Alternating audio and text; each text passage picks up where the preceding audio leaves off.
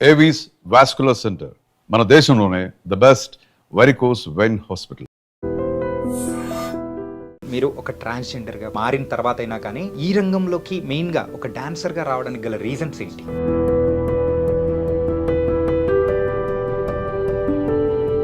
నేను ఆ ప్రోగ్రామ్ చూసి నేను కూడా ఇట్లా ఇంతమంది జనాల్లో నేను కూడా కనబడాలి కదా అనే పట్టుతో నేను ప్రోగ్రామ్ నేర్చుకున్నాను సార్. మీరు ఒక డాన్సర్గా అయితే ప్రస్తుతం మరి ముందుకు దూసుకెళ్తున్నారు. డాక్టరేట్ సాధించడం అనేది కూడా చాలా కష్టం. సో మీరు ఆ డాక్టరేట్ అనేది కూడా సాధించుకొని ఎంతో మందికి ఆదర్శంగా కూడా ముందుకెళ్తున్నారు. అది ఎలా సాధ్యం? నేను ఎటువంటి వేరే ఆలోచన ఏం పెట్టుకోకున్నట్లా భజనే నా జీవితం అనుకొని గురువులకు నమ్ముకొని నన్ను ఆదరిస్తున్న ఫాలోవర్స్ అందరి నుంచి నేను ఈ పేరు సంపాదించుకొని వాళ్ళు ఆదరిస్తున్నందుకు నేను డాక్టరేట్ సంపాదించుకున్నాను సార్. పూర్వకాలం నుంచి ఎప్పటి నుంచో మనం చూస్తుంటాం చెక్క భజన అనేది ఫేమస్. కాకపోతే రాను రాను ఆ కళ అనేది తగ్గిపోతూ వస్తుంది. సో ఎందుకు ఆ కళ అనేది తగ్గిపోతూ వస్తుంది అంటారు? ఎన్ని ప్రోగ్రామ్స్ ఉన్నా చెక్క భజన అంత ఆనందం ఎక్కడ ఉండదు సార్. ఇప్పుడు పల్లెటూర్లలోనే ఎందుకు ఉండాలని యూట్యూబ్ ఛానల్ క్రియేట్ చేసినాం సార్ మేము. మీరైతే ఒక కళారంగానికి మీరైతే సేవ చేసుకుంటూ మరి ముందుకెళ్తూ ఉన్నారు. అంటే ఒక గోల్ కానీ ఆ స్థాయిలో నిలబడాలని ఉంటుంది కదా. సో అది ఏంటి? మేము చిన్న కళాకారిని, మాకెట్లుంటా సార్ అని నేను అడిగినాను. వాళ్ళు ఉన్నారు కదా, వాళ్ళతో ఫోన్ మాట్లాడించి ఆ స్టేజ్లోనే ఎందుకు ఉండాలి, కొంచెం పై మెట్టు రావాలనే ఒక ఇది ఆశ సార్ మాకు. మంగ్లీ గారు మీ అత్త కూతురా? మంగ్లీ మా అత్త కూతురు సార్. ఈ పేరు నుంచే నాకు హ్యాపీనెస్ ఉంది sir. Hi guys, welcome to I dream. నేను మీ చాణక్య. సో కళల పట్ల మనకు మక్కువ ఉంటే మనం ఎలా ఉన్నా ఎక్కడ ఉన్నా కానీ ఆ కళా రంగానికి మనం సేవ చేసుకుంటూ కూడా ముందుకు వెళ్ళిపోవచ్చు. ఎంతోమందికి ఆదర్శంగా కూడా నిలవచ్చు. అలా నిలుస్తూ ఇప్పుడైతే ముందుకు దూసుకెళ్తున్న డాన్సర్ సమీరా ఇప్పుడు మనతో పాటు ఉన్నారు. ఆవిడతోనే మాట్లాడదాం. నమస్తే అమ్మా. నమస్తే సార్. ఎలా ఉన్నారమ్మా? బాగున్నాం సార్, మీరు బాగున్నారా? నేను చాలా చాలా బాగున్నాను. మా ఐ డ్రీమ్ సో ఆఫీస్కి కూడా వచ్చేసారు, మాకు ఇంటర్వ్యూ ఇస్తున్నారు. ఇది మాత్రం మాకు చాలా హ్యాపీగా కూడా అనిపిస్తుంది. Thank you sir. Yeah Sameera sir, మీరు ఒక డాన్సర్గా అయితే ప్రస్తుతం మరి ముందుకు దూసుకెళ్తున్నారు. అవును సార్. సో అది కాకుండా ఏంటంటే ఒక డాక్టరేట్ సాధించడం అనేది కూడా చాలా కష్టం. సో మీరు ఆ డాక్టరేట్ అనేది కూడా సాధించుకొని ఎంతో మందికి ఆదర్శంగా కూడా ముందుకెళ్తున్నారు. అవును సార్. అది ఎలా సాధ్యం? చెక్క భజన నుంచి సార్. నేను చెక్క భజన అంటే నా ప్రాణం సార్. నేను ఎటువంటి వేరే ఆలోచన ఏం పెట్టుకోకున్నట్లా భజనే నా జీవితం అనుకొని గురువులకు నమ్ముకొని నా ఒక ప్రాణం ఇది చేస్తున్నదే చెక్క భజన గురువులందరూ. వాళ్ళ నుంచి నన్ను ఆదరిస్తున్న యూట్యూబర్స్, ఇన్స్టాగ్రామ్స్, నా ఫాలోవర్స్ అందరి నుంచి నేను ఈ పేరు సంపాదించుకొని వాళ్ళు ఆదరిస్తున్నందుకు నేను డాక్టరేట్ సంపాదించుకున్నాను సార్. కేవలం ఒక డాక్టరేట్ అంటే పర్లేదు, కానీ సో 2 డాక్టరేట్లు, అది కూడా ఏంటంటే ఊరికే ఎవరికి పడితే వాళ్ళకి డాక్టరేట్ అనేది కూడా ఇవ్వరు. మీరు ఆ కళారంగానికి చేస్తున్న సేవను దాని తగ్గట్టు కూడా ఇచ్చారు. అండ్ ప్రస్తుతం అయితే సో మీ వీడియోస్ కానీ ఇవన్నీ మేము చూస్తూ ఉంటాం. సో మీరు ఒక ట్రాన్స్జెండర్గా తర్వాత మారిన తర్వాత అయినా కానీ సో ఈ రంగంలోకి మెయిన్గా ఒక డాన్సర్గా రావడానికి గల రీజన్స్ ఏంటి? ఇట్లా మేము పల్లెటూరులో పుట్టినాం సార్. ఏ ఊరమ్మా? మాది గుత్తి పక్కనే విలేజ్ గుండాల తాండా సార్. గుండాల తాండా, ఎర్రగుడి గుండాల తాండా. ఓకే.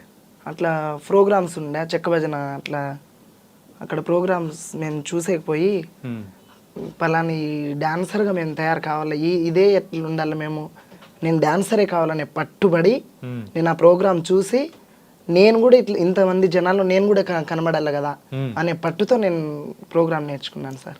కానీ ఎప్పుడైనా కానీ ఒక కళారంగం వైపు వెళ్తున్నాము అంటే తల్లిదండ్రులు ఖచ్చితంగా ఎందుకు మనకెందుకు, యూజువల్గా అయితే మా పల్లెటూర్లలో కానీ టౌన్లలో ఉన్న తల్లిదండ్రులు ఎలా ఉంటారు, వాళ్ళ ఆలోచన విధానం వేరుగా ఉంటుంది. అవును సార్. సో వాళ్ళు ఏమన్నా అబ్జెక్షన్ చెప్పడం అట్లా ఏమన్నా ఉండిందా? అది అని నేను నా స్వతంత్రంగానే నేను ఇట్లున్నాను కదా, ఎందుకు ఇట్లనే నా పేరు ఎందుకు ఇది చేసుకోవాలా, నా తల్లిదండ్రులకి నేను ఇట్లా నేను పేరు పోగొట్టేసినాను, నేను ఒక స్థాయిలో ఉండాలా అనే ఆలోచనతో నేను ప్రోగ్రాంలు పట్టుకునేసినాను సార్. ఓకే. సో అలా పట్టుకొని మరి ముందుకెళ్తున్నారు. అవును సార్. యా. కానీ మీకు అంటే ఏ ఏజ్లో తెలిసిందమ్మా మీరు ఇట్లా అని చెప్పేసి? నాకు ఒక 13-14 ఇయర్స్లో సార్. 13-14 ఇయర్స్.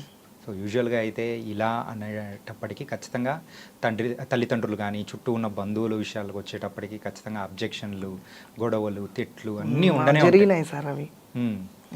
మరి ఇలా మారడానికి గల రీజన్ ఏమనిపించింది? ఎలా మారారు? హార్మోన్స్ ప్రాబ్లం నుంచి మారిపోయినాం. కానీ అంటే ఆపరేషన్ చేయించుకోవడం అనేది కూడా జరిగింది కదా. అవును సార్. ఉమ్. నాకు ఒక 14 ఇయర్స్ ఉన్నప్పుడే నేను ఆపరేషన్ చేయించాను. ఉమ్. అట్లే ఈ జన్మలో ఉన్నాను కదా, ఎందుకు ఇట్లనే ఉండాలా అని ప్రోగ్రాంలు నా ఇంట్రెస్ట్ అంతా, నేను అంతే ప్రోగ్రామ్, నా చెక్క భజనే నా కళ, ఉమ్.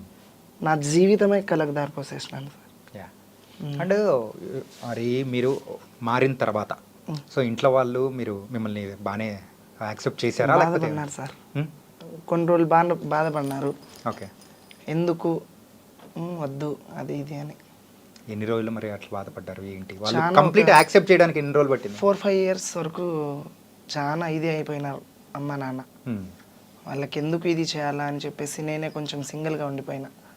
సింగిల్గా ఉండి కూడా నేను ఎక్కడ బయట బెగ్గింగ్స్ కానీ అటువంటి ఆలోచనలు ఏం పెట్టుకోలే. ఇదే ఈ జన ఆకర్షణ బట్టి నేను ప్రోగ్రాంలు బట్టి నేను ప్రోగ్రామ్తోనే దూసుకెళ్ళిపోతున్నాను సార్. అంటే మీకు నార్మల్గా ఈ చెక్క భజన కానీ డాన్సింగ్ కానీ ఇలాంటివన్నీ ఏ ఏజ్ నుంచి మొదలైంది? నేను 14 ఇయర్స్ దాటిన తర్వాత 1 ఇయర్ నేను ఇంటికాడ ఉన్నాను సార్. తర్వాత రమాదేవి అని ఒక ఆమె భజన డాన్సర్ అనమాట. రమాదేవి తర్వాత ఆమెకు చూసి నేను కదా ఈ ప్రోగ్రాంలు మనం చేస్తే మనకి ఇంతమంది చూస్తారు కదా, గురువులు ఇంత మంచి గురువులు ఉన్నారు, వాళ్ళలో నేను ఒక వాళ్ళ బిడ్డగా నేను పొందాలి ప్రోగ్రాంలలో అని అనుకొని నేను ప్రోగ్రాంల మీదే నా ఇంట్రెస్ట్ అంతా ప్రోగ్రాంల మీదే పెట్టేసినాను సార్. ఏంటంటే సో మీరు మనము ఇంటర్వ్యూ స్టార్ట్ చేసినప్పటి నుంచి మీరు ప్రోగ్రామ్స్, డాన్స్ ప్రోగ్రామ్స్ అని ఇట్లా ఎక్కువ సార్లు కూడా అంటున్నారు. అసలు ఆ ప్రోగ్రామ్స్కి వెళ్ళాలి అని అంటే ఫస్ట్ ఒక స్టార్టింగ్ పాయింట్ అనేది కూడా ఉంటుంది. ఫస్ట్ ప్రదర్శన అనేది కూడా మీరు ఎక్కడ ఇచ్చారు? మేము ప్రోగ్రామ్సా సార్?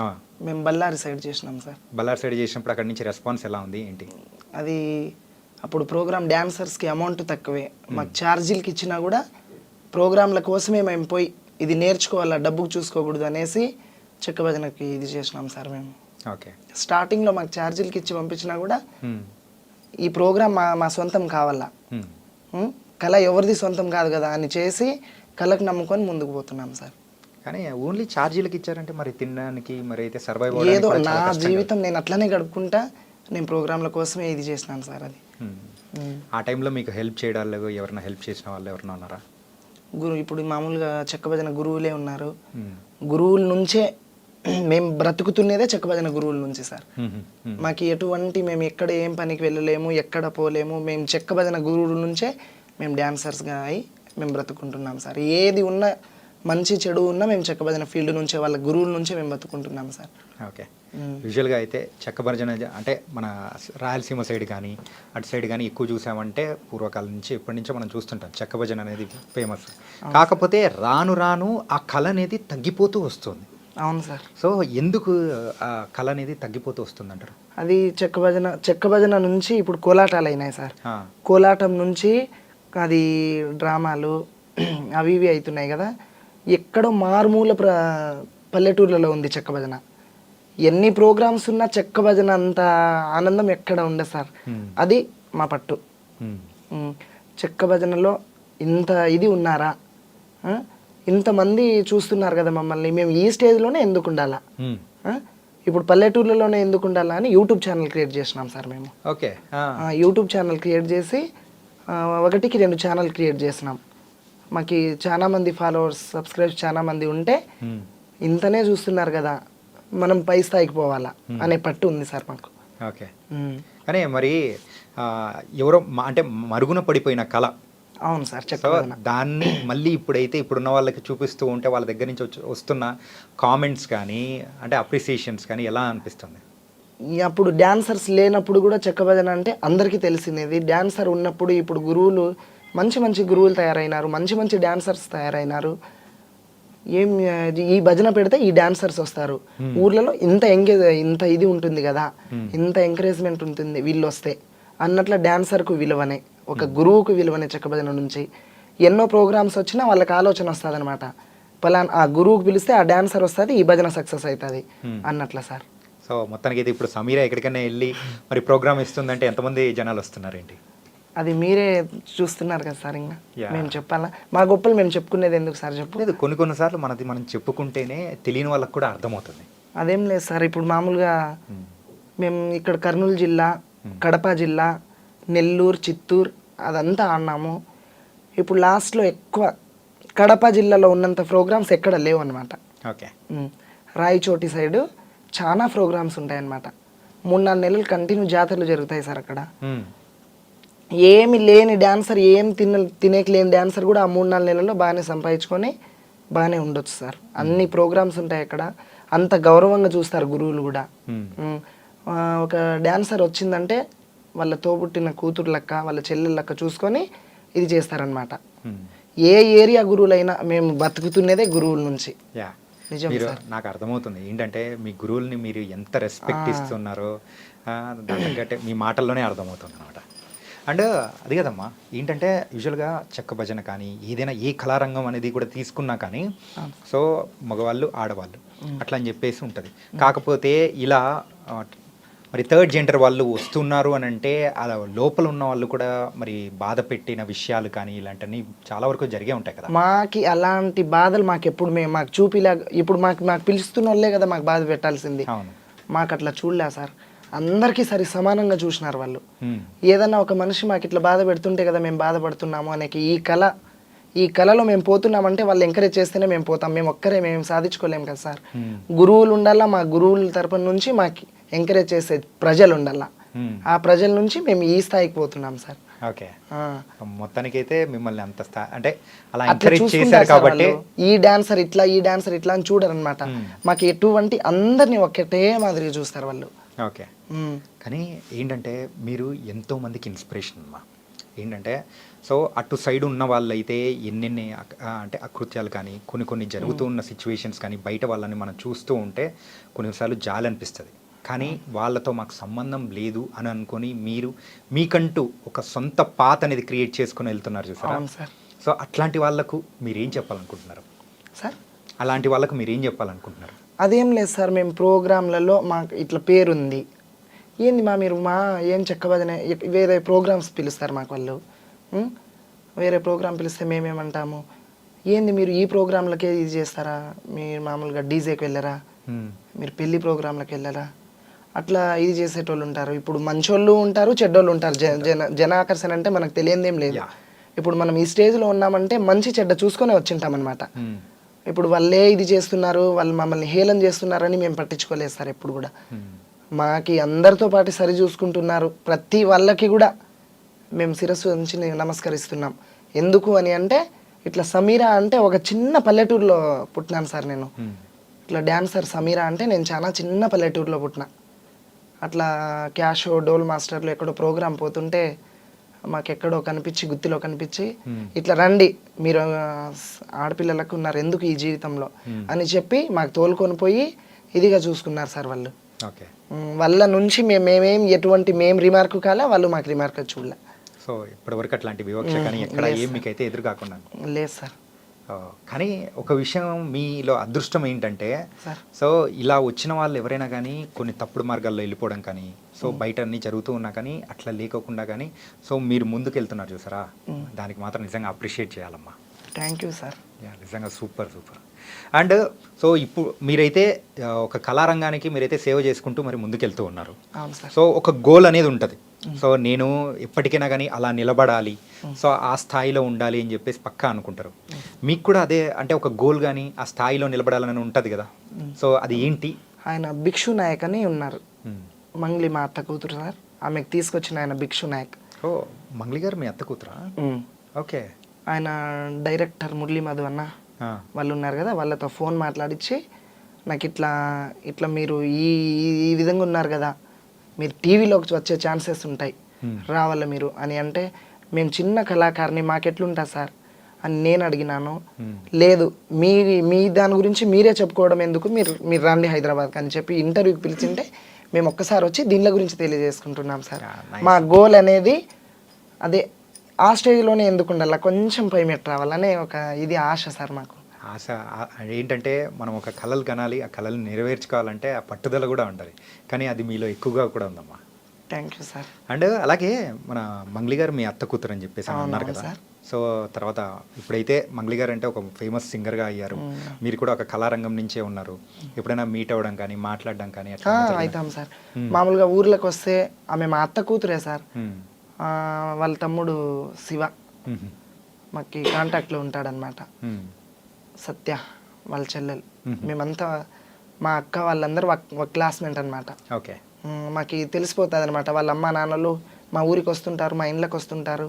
అత్త కూతురు అంటే ఇంకా మాకు రిలేటివ్స్ కదా, తెలిసిపోతా సార్. మామూలుగా మాట్లాడతాం, కలుస్తాం, చేస్తాం. చెక్క భజన కానీ ఇలాంటివన్నీ చేస్తున్నారు. సో మీరు కూడా ఏంటంటే ఒక ముందుకు వెళ్ళాలి అని అనుకున్న వాళ్ళు, సో ఒక డాన్సర్గా ముందుకెళ్తున్నారు.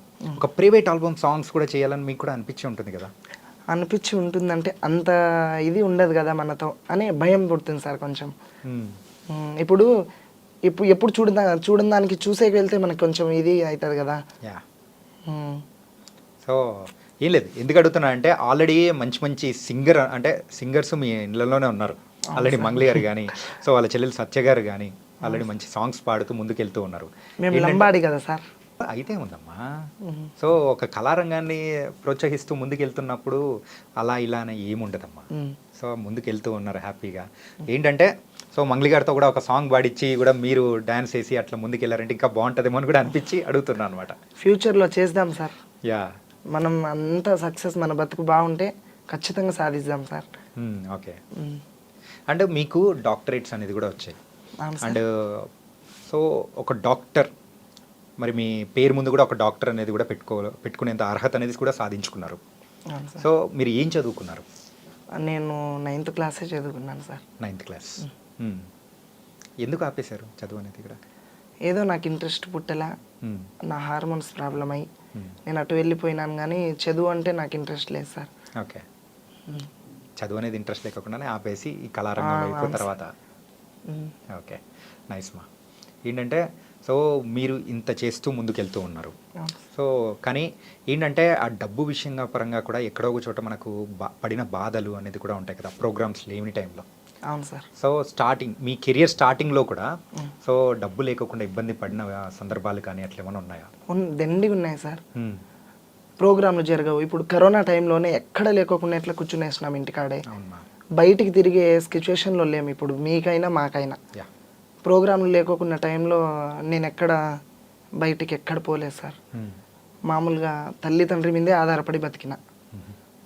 తల్లిదండ్రినే చూసుకున్నారు సార్ ఆ టైంలో నాకు. నేను ఎటువంటి సమస్యల్లో అయినా చాలా పేదరికం నుంచి పుట్టి బయటకు వచ్చినాం సార్ మేము. మా తల్లి తండ్రి చాలా పేదవాళ్ళు. ఆ పేదరికం నుంచి వాళ్ళు ఏం చేసినారో, నేను ఇట్లా ఉన్నా కూడా ఇంటి మీదే పోయి కూర్చునేసిన, నేనేం చేసుకోలేకపోయినా బయటికి పోయి అని చెప్పేసి ఇంటికాడే కూర్చునేసిన. అమ్మ నాన్ననే చూసుకున్నారు సార్ నాకు ప్రతిదీ. కానీ ఇప్పుడు వాళ్ళని ఎవరు చూసుకుంటున్నారు? నేనే చూసుకుంటున్నాను. అంతే కదా. ఇప్పుడు మన దగ్గర లేని టైంలో మనకు గుర్తొచ్చేది తల్లిదండ్రులే. అవును సార్. అలాంటి టైంలో మనకు బాగున్నప్పుడు మనం చూసుకోవాల్సిన ఎవరిని వాళ్ళనే చూసుకుంటున్నా సార్. ఏదో నా అయిన కాటికి నేను కష్టపడి చూసుకుంటున్నా. యాజ్ ఎ డాన్సర్గా అయితే మీ కెరియర్ని మలుచుకొని మరి ముందుకెళ్తూ ఉన్నారు. కాకపోతే మనల్ని ఎంత ఆకాశానికి లేపే వాళ్ళు ఉంటారో తక్కువ రాయితో కొట్టే వాళ్ళు కూడా ఉండే ఉంటారు, విమర్శించేవాళ్ళు. అవును సార్. సో అలాంటి విమర్శలు కొన్ని మనం విన్నప్పుడు కూడా బాధపడి అక్కడే ఆగిపోయిన సందర్భాలు కూడా ఉంటాయి. ఖచ్చితంగా ఉన్నాయి సార్. సో మీ లైఫ్లో కూడా అట్లాంటిది ఏమన్నా? మామూలుగా ఈ కళారంగంలోనే నా ముందు గొప్పలు చెప్పుకొని సమీర ఇట్లా, సమీర అంటే అట్లా, సమీర వస్తే ఇట్లా అని చెప్పి నేను వెళ్ళిన తర్వాత వాళ్ళతో ఒక మాట చెప్పి వాళ్ళు వచ్చి నా ముందర చెప్పి నేను ఏడ్చుకొని ఉన్న రోజులు, వాళ్ళ కోసం నేను ప్రోగ్రాంలు ఆపుకున్న రోజులు చాలా ఉన్నాయి సార్. ఆ ప్రోగ్రాంలలో నేను సింగిల్గా పోతే నన్ను హేళన చేసి, నన్ను కించపరిచి, వాళ్ళని ఇట్లా చేయాలా అట్లా చేయాలా అని వాళ్ళు మాట్లాడి నన్ను ఇది చేసిన రోజులు చాలా ఉన్నాయి సార్ అవి. అయినా నేను దానిలోకి ఇది అనుకోకుండా చేసిన వాళ్ళు నా వాళ్ళే, చేయని వాళ్ళు నా వాళ్ళే అని అనుకొని అందరినీ నా వాళ్ళే అని అనుకొని ముందుకు పోతున్నాం సార్ మేము. కానీ ఎవరైనా కానీ ఎక్కడైనా ఆగిపోతుంటారు, కానీ మీరు ఆగిపోకుండా ముందుకు వెళ్ళడానికి ఎవరో ఒకరు వెన్ను తట్టి ప్రోత్సహించిన వాళ్ళు ఉంటారు కదా. ఇప్పుడు వాళ్ళని కొంచెం మనసులో పెట్టుకొని వాళ్ళతో మంచిగానే ఉండి మంచిగా పక్కన పెట్టి, మళ్ళీ గురువులు ఒక గురువుకే కాదు కదా మేము పోయేది, ఎంతోమంది గురువులు, చెక్కబదిన గురువులు. మేము డాన్సర్స్ చాలా మంది ఉన్నాము, గురువులు ఎంతో. మేము డాన్సర్స్ ఒక 100 మంది ఉంటే 1000 మంది గురువులు ఉన్నారు సార్. ఇప్పుడు వాళ్ళు ఈ గురువుకి నేను పనికి రాకోకుంటే ఇంకో గురువు కన్నా పనికి వస్తా కదా. ఇప్పుడు వాళ్ళు ఏదో చెప్పి నన్ను ఆపేసినారు వాటికి, సరే అది బాగుంది, అక్కడే నేను ఆగిపోను కదా. నా జీవితం నేను ఏదో ఒక రకంగా ముందుకు సాగించుకోవాలి కదా సార్. మళ్ళీ నేను ఇట్లనే ఉండాలా అని చెప్పి అందరితో బాగుండి, నేను ఈ మన ఏరియా కర్నూలు జిల్లా కొన్ని ఏళ్ళు అన్నాను. ఇప్పుడు ఒక 4-5 ఇయర్స్ నుంచి నేను కడప రాయచోటి సైడ్ ఆడుతున్నాను సార్. అక్కడ కంటిన్యూ ఒక గురువుకే పోతున్నా అనమాట నేను. మీరు స్టార్టింగ్ నుంచి గురువులు అని చెప్పేసి మీకు ఎక్కడున్నా కానీ సపోర్ట్ ఇచ్చారని చెప్పేసి అంటున్నారు. అవును సార్. మరి అంత సపోర్ట్ ఇచ్చిన గురువులు ఎవరు ఏంటి? ఇప్పుడు ఒక్కరు అని కాదు సార్, ఇప్పుడు అందరికీ నేను పనికొచ్చే డాన్సర్నే. డాన్సర్ అంటే ప్రతి ఒక్క గురువుకి పనికొచ్చేటోళ్ళే. అందరు గురువులు సపోర్ట్గా మా కళాకారుల కుటుంబం చాలా ఒక తల్లి బిడ్డలుగా ఉంటాం సార్ మేము. ఒకరు ఏదైనా ఇబ్బంది వచ్చినా మేము అందరం ఒక గ్రూప్ అనేది ఉంటుంది మాకి. పలాని మనిషికి ఇబ్బంది ఉంది, పలాని మనిషి ఈ సిచ్యువేషన్లో ఉంది, ఆ మనిషికి మనం అందరం సహాయం చేసుకోవాలి అని చెప్పి మాట్లాడుకొని మేము డాన్సర్లు, మేము గురువులు అందరు చాలా మంది కలిసి మేము తోచిన కాటికి సహాయం చేసుకొని మేము అందరం ఒక తల్లి కుటుంబం లెక్క మేము గడుపుకుంటాం అనమాట. ఇప్పుడు పలానా ఒక మనిషి బాగలేదు మంచంలో ఉన్నాడు అని అనుకో, ఆ మనిషితో పోయి మేమందరం కలిసి మేమందరం డిసైడ్ చేసుకుంటాం అనమాట. ఒకసారి పలానా మనిషి దగ్గర మనం పోవాలా అట్లా అని. నాకు ఏదైనా ఇబ్బంది ఉందనుకో నేను గ్రూప్లో పెడతా, నాకు ఈ పరిస్థితి నాకు బాగలేదు సార్ అని. అట్లాంటి రోజులు చాలా ఉన్నాయి, నాకు చాలా హెల్ప్ చేసిన రోజులు ఉన్నాయి సార్. నాకు ఈ గురువు సరిగ్గా చూడలేడు అని నేను చెప్పలే. ఏదో సమయం సందర్భం బట్టి ఇప్పుడు ఇట్లా జరుగుతున్నాయే తప్ప ఫస్ట్ నుంచి ఇట్లా లేదు సార్. చాలా ఒక ఐక్యమత్యంగా ఉండి మేము భలే బాగా ఉండిపోయినాం సార్ అందరం. ఓకే. కానీ ఇంతకు మీకు సమీరా అని పేరు ఎవరు పెట్టారు? సమీరా అని పేరు నాకు కళారంగంలో వచ్చిన పేరు సార్ అది. మరి అసలు పేరు? మామూలుగా నాకు సోనియా బాయ్ అని పెట్టినారు. మేము లంబాడి కదా, సోనియా బాయ్ అని పెట్టినారు. మామూలుగా సమీరా అని మా 3 అక్షరాల మీద పాటలు పాడతారనమాట. డోల్ మాస్టర్ రమేష్ అన్న అని ఆయన పెట్టిన పేరు ఇది. ఓకే. ఇట్లా రాంపల్లి సీను అన్న పాట పాడుతుంటే ఇట్లా సమీరా వచ్చింది సార్ అని చెప్పి వేరే పత్తికొండ సైడ్ విలేజ్లో అట్లా చెప్పి ఆయన పెట్టిన పేరు ఇది. ఓకే. ఈ పేరు నుంచే నాకు హ్యాపీనెస్ ఉంది సార్. ఇట్లా సమీరా అని అంటే ప్రతి ఒక్కరికి ఎక్కడ పోయినా, నువ్వు హైదరాబాద్, నువ్వు ఢిల్లీకి పోయినా నువ్వు డాన్సర్ సమీరా కదా అని అంటే నేను చాలా హ్యాపీగా ఫీల్ అయిపోతా సార్. ఆ పేరు మీదనే నేను చేసిన కష్టం కనబడదు అప్పుడు నాకు. ఏంటంటే సో ఒక కళాకారులుగా మనం ఉన్నందుకు ఎవరైనా కానీ చప్పట్లు కొట్టారంటే సో మనం పడిన కష్టం అన్ని మొత్తం అన్ని మర్చిపోతూ ఉంటాం. అవును, అదే కదా సార్. సో మరి చెక్క భజన గురించి మాట్లాడుకుందాం. చెప్పండి సార్. సో ఈ చెక్క భజన అనేది కూడా సో చాలా మంది వరకు తెలియదు. సో అది ఎట్లా ఆడతారు ఏంటి దాని గురించి దాని హిస్టరీ ఏంటో కూడా చెప్పారంటే ప్రేక్షకులు ఉంటారు. హిస్టరీ అంటే సార్ అది మామూలుగా దేవుని కార్యక్రమంకి చెక్క భజన, లేకోకుంటే ఏదో కోలాటం అని పెడతారు. ఇప్పుడు కోలాటం పెడితే ఏముంటుంది, మామూలుగా ఆడపిల్లలతో జరుగుతుంది అనమాట, ఒక గురువు ఉండి డీజే కోలాటం. ఓకే. చెక్క భజనకు పెడితే ఏముంటుంది, ఒక గురువు ఓన్ వాయిస్తో పాటలు పాడి ఒకరు కాకుంటే 2 డాన్సర్లకు పిలుచుకొని ఆయన ఒక్కడే చెక్క భజన గురువు. ఆయన ఓన్ కష్టంగా చేసి రాత్రంతా మామూలుగా నైట్ 9కి స్టార్ట్ అయితే పొద్దున 6, 7, 8 కూడా కావచ్చు సార్. ఆయన ఎంటర్టైన్మెంట్స్ చూపించి మైకులలో సొంతంగా పాట పాడి కష్టం చేసి చూపిస్తారు కనుక ఆ చెక్క భజన అంటే ప్రజల్లో ఇట్లా ఉంది కదా చెక్క భజన అంటే ఒక మనిషి ఇట్లా స్వతంత్రంగా చూపిస్తాడు కదా, ఇవన్నీ మామూలుగా మైకులలో ఇది కాదు కదా అన్నట్ల చెక్క భజన నిరూపిస్తారు సార్. అంటే ఇప్పుడు ఈ చెక్క భజన చేసేటప్పుడు పాట కమ్ ఆట రెండు ఒకటేసారి చేస్తారు కదా? అవును సార్.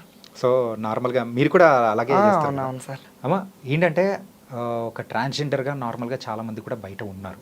అవును సార్. సో అలాంటి వాళ్ళని చూసినప్పుడు సో మీకు ఎవరికైనా కానీ మీ దగ్గరలో ఉన్న వాళ్ళు ఇట్లాంటి వాళ్ళు మీ దగ్గరకు వచ్చి నాకు కూడా ఏదైనా నేర్చుకోవాలని ఉంది ఇట్లా అని చెప్పేసి వచ్చినప్పుడు మీరు ఏం చెప్తారు? వాళ్ళ నుంచి ఉన్న వాళ్ళను బయటికి రావాలంటే ఏం చేయాలంటారు?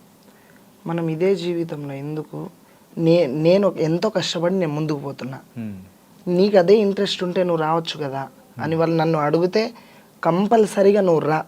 నేను నా కళ నాకేం సొంతంలే, నువ్వు వచ్చి ఈ కళ ఎవరిది సొంతం లేదుమా, ఇంట్రెస్ట్ ఉండాలి మనకి.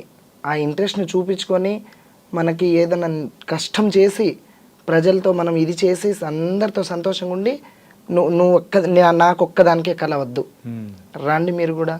నేను ప్రతి ఒక్కరు నన్ను అడిగిన వాళ్ళకి నేను ఇదే మాట చెప్తానే తప్ప నేనే ఉండాలా ఇక్కడ, వాళ్ళు అట్లనే ఉండాలా ఆ చూపు నేను ఎప్పుడు చూడలేదు సార్ వాళ్ళకు. అందరు నా ఫ్యామిలీనే కదా అని అనుకొని పోల్చుకుంటాను అనమాట. సూపర్ మా. అండ్ ఏంటంటే సో ఇలా ఉన్నప్పుడు ఖచ్చితంగా ప్రపోజల్స్ కూడా ఎంతో మెసేజ్లు పెట్టడాలు అన్నీ వచ్చే ఉంటాయి కదా మీకు నాకు ఆ విధంగా ఎవరు ఇదేం చేయలేదు సార్. ఇప్పటి వరకు. సో నన్ను ఒక డాన్సర్ లాగానే చూస్తారనమాట అందరూ.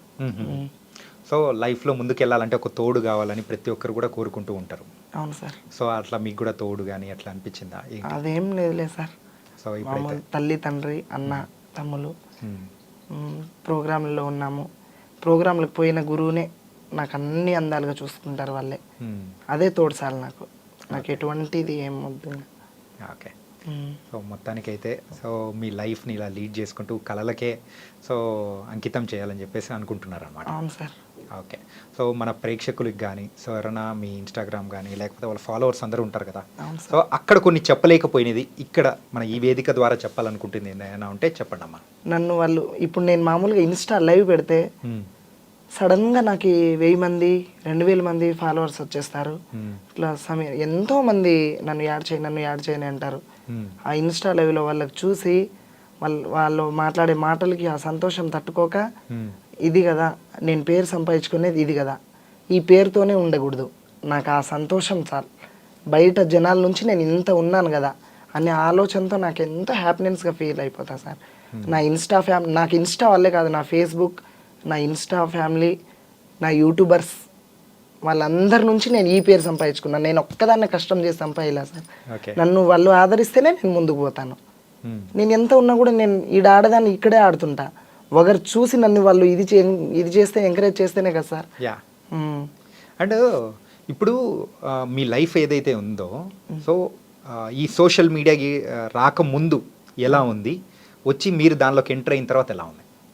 ఈ ప్రోగ్రాంలు చేసి ఈ సోషల్ మీడియాలోకి వచ్చిన తర్వాతనే మా లైఫ్ చాలా బాగుంది సార్. అంతకుముందు మేము చాలా పేదరికంగా బతికినాం సార్. అంటే ఇప్పుడు ఈ సోషల్ మీడియా ద్వారా మీకు అంటే డబ్బులు సంపాదించుకునే మార్గాలు పెరిగాయంటారా లేకపోతే ఎలా? సోషల్ మీడియా నుంచే కాదు, మేము చేస్తున్న కష్టం నుంచి ఈ సోషల్ మీడియాతో మా పేరు పక్కకు పోయి ఈ స్టేజ్లోనే కాదు, ఈ జిల్లానే కాదు, ఇంకొక జిల్లాలో కూడా పలానా డాన్సర్ రావాలా, ఈ ప్రోగ్రామ్ హైలైట్ ఉంటుంది, పలానా గురువే రావాలా. ఇప్పుడు మేము చేయాలంటే ఇట్లా రాయచోటి అశోక్ సమీరా ఉంటే ఈ ప్రోగ్రామ్ చాలా బాగుంటుందన్నమాట అని వాళ్ళు అడిగిన వాళ్ళ కాడపోయి వేరే వాళ్ళు చెప్పడం ఉంటుంది, చాలా ఉంటాయన్నమాట. అయినా అందరం ఒకటే అని కలిసికట్టుగా వెళ్ళిపోతాం ప్రోగ్రాంలలో మేము. ఓకే. మీరు ఇప్పటివరకు చేసిన ప్రదర్శనలలో మీకు బాగా హైలైట్ అనిపించింది, అరే నేను చేస్తున్నా కానీ ఇంతమంది వచ్చారా అని అనిపించిన ప్రోగ్రామ్ ఏదైనా ఉందా మీకు గుర్తుండిపోయే ప్రోగ్రామ్? అందరితో కలిసి మేము అందరితో ఒకేలా చేస్తాం సార్ ప్రోగ్రామ్. ఈ గురువుకి ఇట్లా, ఈ గురువుకి అట్లా మేము చేయమన్నమాట. పర్టికులర్గా ఒక ప్లేస్లో మీరు వెళ్ళి ప్రదర్శన ఇచ్చేటప్పుడు కానీ సో ఇప్పుడు ఫర్ ఎగ్జాంపుల్ రాయచోట్లో నేను వెళ్ళినప్పుడు అన్నా ఇట్లా చాలామంది వచ్చారు, ఇలా జరిగింది, సో నా లైఫ్లో ఇలా జరుగుతుందని అనుకోలేదని సందర్భాలు ఉంటాయి కదా. అవును సార్. సో అలా మీ లైఫ్లో గుర్తుండిపోయిన సందర్భం ఏదైనా? అదేం లేదు సార్, ఇక్కడ మామూలుగా ఇక్కడ ఆడుతున్నాను, రాయచోటి సైడ్ పోయినాకనే ఆ పేరు అనేది కొంచెం ఇది అయిపోయింది నాకు. ఈ అన్ని జిల్లాల్లో ఆడుతున్న కడప జిల్లా ఎక్కినాకనే కొంచెం ఆ జిల్లాలో ఆడుతున్నప్పుడే ఈ టీవీలలో రావడం, ఈ ఇంటర్వ్యూలు ఇవ్వడం అట్లా స్టార్ట్ అయింది. అక్కడ ఏమంటే సార్ ప్రోగ్రాంలు కాంబినేషన్స్ ఉంటాయి అన్నమాట, పోటీలు జరుగుతాయి, భజనలు. పోటీలు కూడా జరుగుతాయి అందులో? ఓకే. మామూలుగా ఒక జాతర జరుగుతుంటే 10-15 భజనలు ఉంటాయి. ఇప్పుడు మేము ఇక్కడ ఆడుతుంటే ఇంకొక భజన వచ్చి మాకు ఇక్కడ పోటీ పెట్టుకుంటారు, కోలాటం వాళ్ళు వచ్చి మాకు ఇక్కడ పెట్టేస్తారు, ఇంకొక భజన ఇక్కడ పెట్టేస్తారు, మధ్యలో మేము ఉండిపోతాం. వాళ్ళలో జయించుకొని రావాలా, ఇక్కడ జయించుకున్నాం కదా మేము సార్ మాకు ఇదే అన్నట్లుగా ఉంటుంది అనమాట మాకు. ఓకే. సో అట్లా జయించుకుంటూ కూడా ముందుకు వెళ్ళిపోతున్నారు అనమాట. అంటే భజనలలో కూడా ఇలా పోటీలు ఉంటాయని మాకు తెలియదు అనమాట. చాలా ఉంటాయి సార్. ఎంత పోటీగా ఆడినా కూడా మేము ప్రోగ్రామ్ అయిపోతే ప్రోగ్రామ్ వరకు ఎవరి ప్రోగ్రామ్ వాళ్ళు సక్సెస్ చేసుకోవాలనే ఉంటాం కదా. ఇప్పుడు ప్రోగ్రామ్ అయిపోతే మేము అందరం ఒక తల్లి పిల్లలాగే అందరం కలిసి ఎవరి ఇళ్ళకి వాళ్ళు వెళ్ళిపోతాం అనమాట. అది మాత్రం జరిగేదమ్మా. సో మొత్తానికైతే కొత్త కొత్త విషయాలు కానీ మాతో చాలా చక్కగా షేర్ చేసుకున్నారు. అండ్ అసలు డాన్సర్ సమీరా అంటే ఏంటి, ఎక్కడి నుంచి వచ్చారు అనేది కూడా మా ప్రేక్షకులకు చాలా చక్కగా వివరించారు. So thank you so much మా. Thank you sir. Yeah. So స్వశక్తి ఉంటే మనం ఎక్కడి నుంచైనా ఏదైనా సాధించగలము అని చెప్పేసి మరి ఇక్కడ సమీరా గారు కూడా చెప్పేశారు. సో అది కూడా 2 డాక్టరేట్లు కూడా తను తెచ్చుకున్నారనమాట. సో ఇలాంటి గొప్ప వ్యక్తిని చూసి ఎంతోమంది కూడా మారాలని కూడా తను అనుకుంటున్నారు, మనం అందరం కూడా కోరుకుందాం. సో గైస్, ఇది వాళ్ళ ఇంటర్వ్యూ. మరో ఇంటర్వ్యూతో మళ్ళీ కలుద్దాం. అంతకు take care. This is your Chanakya. See